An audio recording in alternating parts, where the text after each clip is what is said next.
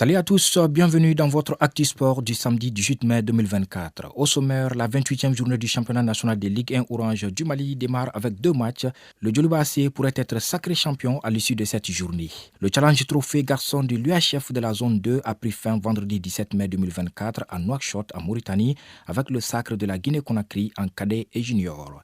En basketball, la 10e journée du championnat national du Mali prend fin ce samedi 18 mai. Nous ferons également le tour de l'actualité hors d'Afrique. La 28e journée du championnat national de Ligue 1 du Mali de football démarre ce samedi 18 mai avec 2 matchs.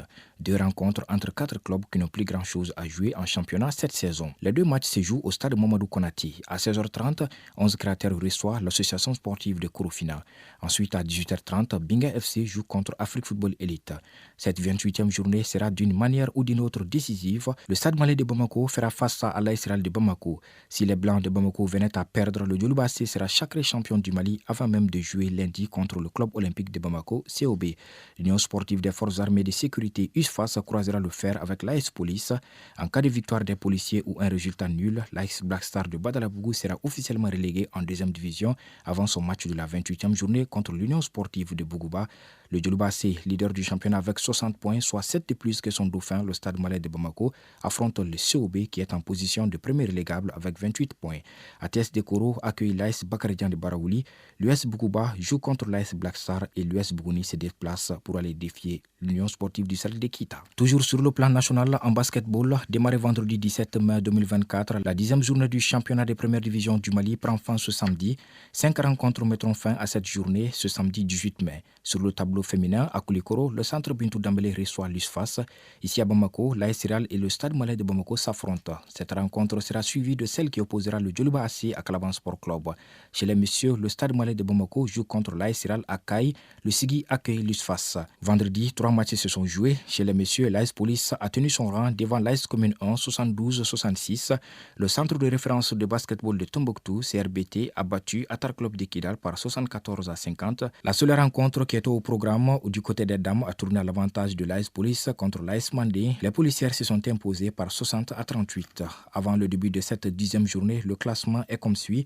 Sur le tableau masculin, le stade malais de Bamako, l'AS Police et l'USFAS occupent respectivement les 3 premières places.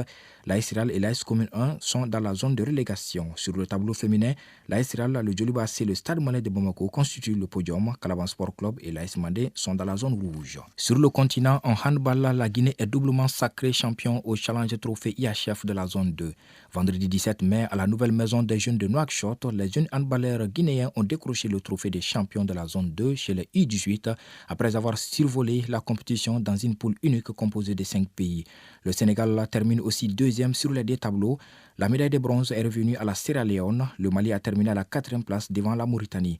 Chez les juniors, c'est-à-dire les U20, les Guinéens se sont imposés en finale face au Sénégal à l'issue d'une partie palpitante 31-28. Avec ces 2 sacres, la Guinée représentera la zone 2 dans les catégories U18 et U20 au challenge continental.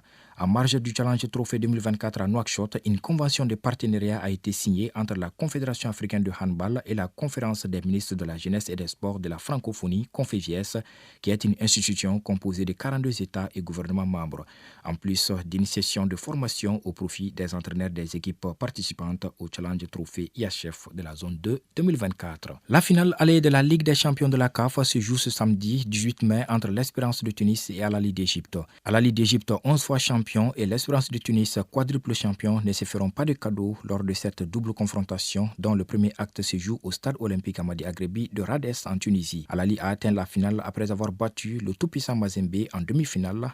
Le club égyptien est invaincu lors de 5 de ses 6 derniers matchs avant la finale allée de la Ligue des champions de la CAF. Mais le gardien de but du club Kairat, l'international égyptien Mohamed El Chenaoui, reste modeste. Quant à l'Espérance de Tunis, elle a battu Mamelodi Sundowns pour se hisser en finale, mais a depuis lors eu du mal à retrouver sa forme au niveau national.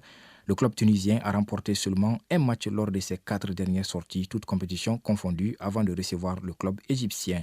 Le technicien portugais Miguel Cardoso assure que son équipe s'est bien préparée pour faire un bon résultat. Espérance du Tunis à la Ligue d'Égypte, finale allée de la Ligue des champions de la CAF, c'est le samedi 18 mai 2024 à Tunis à partir des 19h GMT. Hors du continent, en Italie, Naples s'éloigne encore plus de l'Europe, tenu en échec vendredi 17 mai par la Fiorentina 2-2. Malgré un coup franc formidable de Kvaratskhelia, le Napoli laisse filer encore des points dans sa course à l'Europe. Les Napolitains sont 9e de la Serie A à 2 points de la Fiorentina qui est 8e, soit la place qualificative pour la Ligue Europa Conference, et ce, à une journée de la fin du championnat d'Italie. En Ligue 2 française, Angers accompagnera Auxerre de l'international malien Lassine Sinayogo dans l'élite. Auteur du match nul contre Dunkerque 0-0 vendredi 17 mai, le SCO d'Angers termine néanmoins devant Saint-Étienne en dauphin de l'Asie Auxerre. Les Angevins font l'ascenseur et repartent en Ligue 1 un an après leur relégation. En Angleterre, le suspense est à son comble avant la dernière journée de Premier League avec un titre qui se joue à distance entre Manchester City face à West Ham et Arsenal contre Everton. Pep Guardiola a prévenu ses joueurs, il ne faudra pas compter sur un faux pas d'Arsenal. Les Sky Blues sont en tête avec 88 points devant les Gunners d'Arsenal 86 points. Toutes les rencontres de la 38e et dernière journée de la Première Ligue anglaise se jouent dimanche 19 mai 2024. C'est l'essentiel de l'Actu Sport de ce samedi 18 mai 2024. À très bientôt.